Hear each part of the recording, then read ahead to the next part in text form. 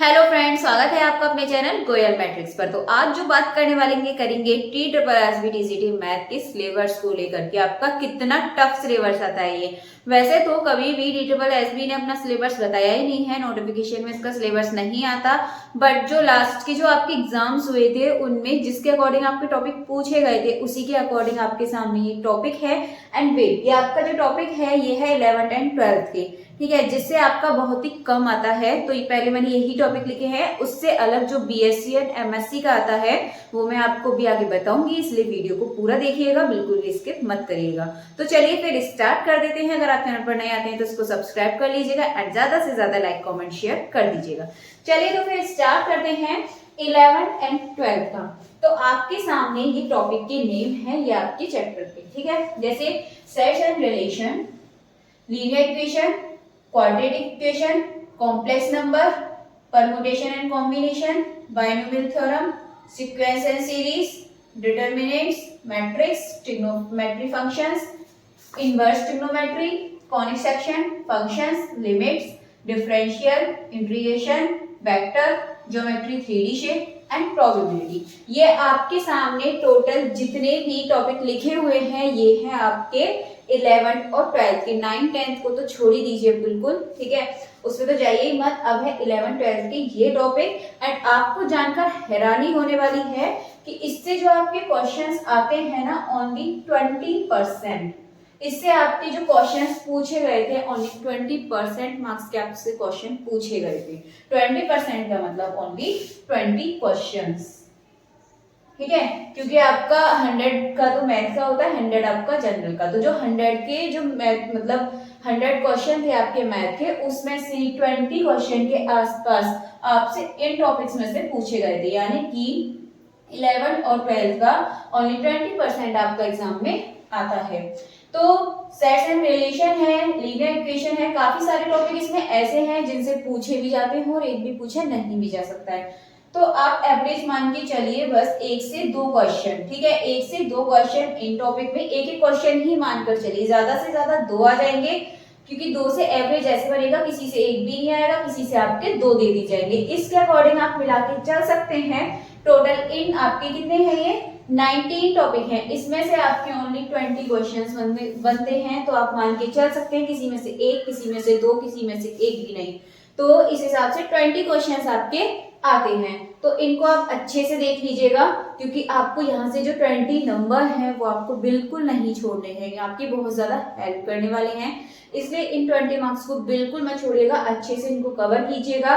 Then उसके बाद हम बात करते हैं आगे की सिलेबस की। तो आपका जो 80% सिलेबस है, 80% सिलेबस वो किससे आता है, आपका BSc से प्लस MSc, ठीक है। अब आप कहेंगे BSc मतलब कि TGT के लिए तो ग्रेजुएशन होता है, तो BSc तक का आना चाहिए, क्योंकि इसमें ग्रेजुएशन ही मतलब मांगा है आपका एलिजिबल। बट MSc का क्यों, तो ऐसा ही करते हैं वो लोग। तो चलिए आगे का सिलेबस देखते हैं, फिर आपको पता चल जाएगा BSc एंड MSc के कितने कितने क्वेश्चंस आपके किस टॉपिक से आते हैं। तो चलिए BSc एंड MSc का सिलेबस आपके सामने है। तो यहाँ से देखिए इतने सारे टॉपिक जो कि आपके BSc और MSc लेवल के आपके TSSB TCT एग्जाम में पूछे जाते हैं। तो आपके सामने ये सारे टॉपिक्स हैं एंड मैं साथ में ये भी बता देती हूँ कि किस टॉपिक से आपके कितने क्वेश्चंस पूछे गए थे, ठीक है। लास्ट जितने भी एग्जाम्स हुए थे उनका मिलाकर मैं बताऊंगी कितने टॉपिक से आपके कितने क्वेश्चंस पूछे गए थे। तो पहला जैसे लीनियर अलजेब्रा, यहाँ से आपके 3 क्वेश्चंस पूछे जाते हैं, मतलब 2 से 3 क्वेश्चंस पूछे गए थे। रियल एनालिसिस, यहाँ से आपके 10 क्वेश्चंस, ठीक है, इतने आपके यहाँ से पूछे गए थे। एंड मॉडर्न अलजेब्रा की बात करें तो यहाँ से भी अप्रोक्स 10 क्वेश्चंस आपके पूछे गए थे। कॉम्प्लेक्स की बात करें तो यहाँ भी आपके 10 क्वेश्चन समथिंग, मतलब ऐसा नहीं बिल्कुल 10 हो, जैसे 8 से 10 के बीच में, 10 से 12 के बीच में, इसीलिए एवरेज 10 क्वेश्चन का लगाया है। एंड नंबर थ्योरी से आपके 2 से 3 क्वेश्चन पूछे गए थे, और यहाँ से आपके पूछे गए थे सबसे ज्यादा क्वेश्चंस पूछे गए थे यहाँ से, मतलब इसमें से और यहाँ से 10 से 15 के बीच आपको यहाँ से क्वेश्चन पूछे गए थे। तो आप सोच सकते हैं कि आपका कितना हाई लेवल ये एग्जाम्स आता है। एंड बात करें आगे सेकंड वाले की कॉम्प्लेक्स की, तो यहाँ से आपके 2 से 3 क्वेश्चंस पूछे गए थे। एंड टोपोलॉजी से तो बस एक ही क्वेश्चन मतलब एक आध ही पूछा गया था। एंड आगे बात करें वेक्टर कैलकुलस, तो वेक्टर कैलकुलस से भी आपके 8 से 10 के बीच क्वेश्चंस पूछे गए थे। एंड पार्शियल डिफरेंशियल, तो यहाँ से आपके 2 से 3 के बीच में क्वेश्चन पूछे गए थे। एंड बात करें आगे तो मैट्रिक स्पेस से भी आपके काफी क्वेश्चंस पूछे गए थे। अप्रोक्स 10 क्वेश्चंस आपके यहाँ से पूछे गए थे। देन आपके 15 से 20 के बीच में क्वेश्चंस इससे पूछे गए थे। ठीक है, तो आप देख सकते हैं कि कितना ज्यादा मतलब जो सिलेबस पूछा गया है वो बीएससी और एमएससी वाले पार्ट में से पूछा गया है। जब 20% आपका 11th और 12th का पूछा गया है तो मान के चलिए 80% आपका बीएससी एंड एमएससी को टच करता हुआ है, मतलब बीएससी से है एमएससी को थोड़ा सा टच करता हुआ, मतलब 5 से 10% आपका एमएससी का है।